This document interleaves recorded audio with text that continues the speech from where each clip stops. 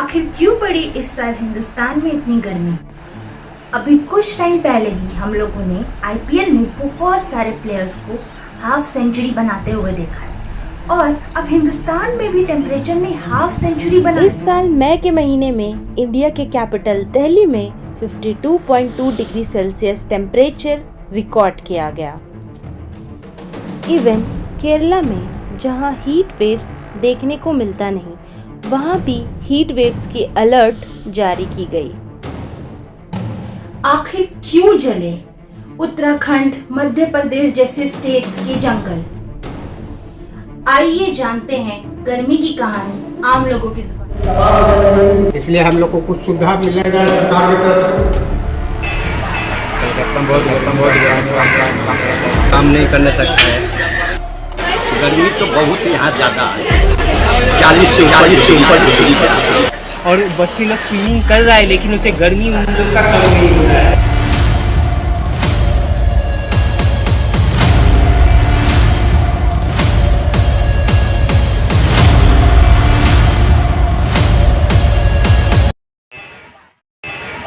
कलकत्ता में बहुत गर्मी रहता है, काम करने में दिक्कत रहता है। गर्मी में काम करने में नहीं बन रहा है, आदमी क्या करेगा।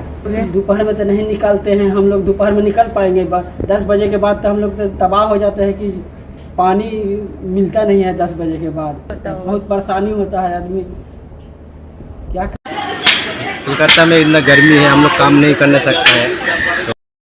गर्मी तो बहुत यहाँ ज़्यादा है, 40 से ऊपर डिग्री जा रहा है। इतना तापमान बढ़ा हुआ है कि आदमी को रहना मुश्किल है। जहाँ भीड़ भाड़ रास्ता रहता है वहाँ दिन दोपहर में एकदम सन्नाटा है, एकदम गर्मी से बेहाल है। हम लोग को गर्मी में इडली बेचने में बहुत दिक्कत होता है, पानी नहीं पड़ने के कारण। पानी अभी जरा पर्वों के तो जरा से पिया, अब फिर गर्मी कर गया है।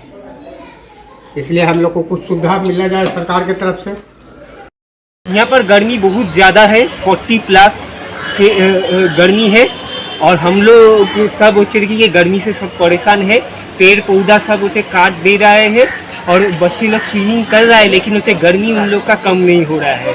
हम लोग को पेड़ पौधे से और भी लगाना चाहिए, तो एनवायरनमेंट जितना अच्छा रहेगा हाँ और गर्मी कमेगा और हम लोग सब चिड़की के अच्छे रह सकते हैं और हेल्दी रह सकते हैं। Thank you.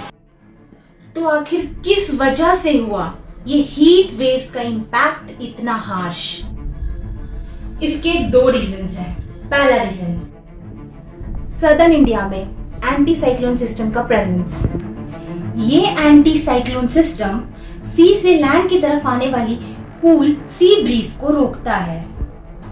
दूसरा रीजन है दी एल नीनो इफेक्ट। ऐसा वेदर पैटर्न है जिसमें पैसिफिक ओशन की एबनॉर्मल वार्मिंग के चलते इंक्रीजिंग टेम्परेचर देखने को मिलता है और एल नीनो की ही वजह कर प्री मॉनसून में भी डाउनफॉल होती है। हालांकि ये एल नीनो का इफेक्ट एक नेचुरल पैटर्न है, पर हम ह्यूमंस जो एक्टिविटीज कर रहे हैं जिसके वजह से इन्वायरमेंट को बहुत नुकसान हो रहा है, उसकी वजह से ये एल नीनो का इफेक्ट बहुत ही बढ़ता चला जा रहा है और आने वाले सालों में इसकी हालत और बद से बदतर हो सकती है। और ये सिर्फ इंडिया में ही नहीं बल्कि बहुत सारे देशों में ये हार्श वेदर इवेंट देखने को मिल रहा है, जहां लोग कहीं तपती गर्मी से जूझ रहे हैं तो कहीं फ्लड्स और ड्राउट जैसे हालातों से परेशान। आज के पैदा हुए बच्चे अपने पूर्वजों से 7 गुना ज्यादा हार्श वेदर कंडीशन फेस कर रहे हैं। Right now we are facing a man-made disaster of global scale. Atmosphere में CO2 का मात्रा अब साल 1900 के मुकाबले 50% बढ़ चुका है और ये हुआ है ह्यूमन एक्टिविटीज के कारण। हम लोग जंगलों के पेड़ काट रहे हैं, जबकि पेड़ सबसे बेस्ट इफिशिएंट कंज्यूमर होता है कार्बन डाइऑक्साइड। नेचर को प्रोटेक्ट नहीं करेंगे तो आगे चलकर हम लोग अपने आप को भी प्रोटेक्ट नहीं कर पाएंगे। कोई मिरेकल नहीं हो सकता है जो हमें आने वाले कल की तबाही से बचा सकेगा। हमें बेहतर कल के लिए खुद ही इनिशिएटिव स्टेप्स लेना अक्सर आपने ये चीज़ नोटिस किया होगा कि जहाँ पेड़ पौधे ज़्यादा लगे होते हैं उस एरियाज़ के कंपैरेटिवली अर्बन एरियाज़ में ज़्यादा गर्मी देखने को मिलती है। बड़े बड़े शहरों में ऊंची ऊंची बिल्डिंग्स ज़्यादा होती हैं और पेड़ पौधे कम लगे होते हैं, जिस वजह से फ्रेश एयर का सर्कुलेशन सही से नहीं हो पाता और वहाँ के लोगों को बहुत ज़्यादा सफोकेशन होती है। रोड पे लगे कंक्रीट बहुत ज़्यादा हीट अब्जॉर्ब करते हैं और व्हीकल के द्वारा जो पोल्यूशन होता है वो अलग ही प्रॉब्लम क्रिएट करता है। इसी जो हर दूसरे तीसरे घरों में आजकल हमें देखने को मिल जाता है, जो हमें घर पर आज राहत तो दे रहा है पर साथ ही इन्वायरमेंट को डैमेज भी कर रहा है।